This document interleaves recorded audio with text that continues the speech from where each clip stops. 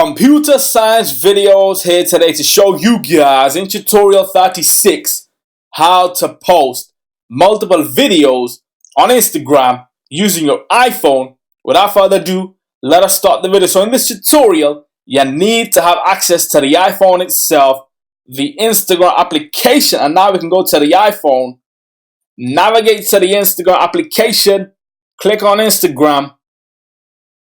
Make sure you're signed into the account. Go to your profile, go to the upload button, and then choose the videos you wish to post to your account. Video 1, click on select multiple. Video 2 and video 3, click on next. Next, and then write a caption.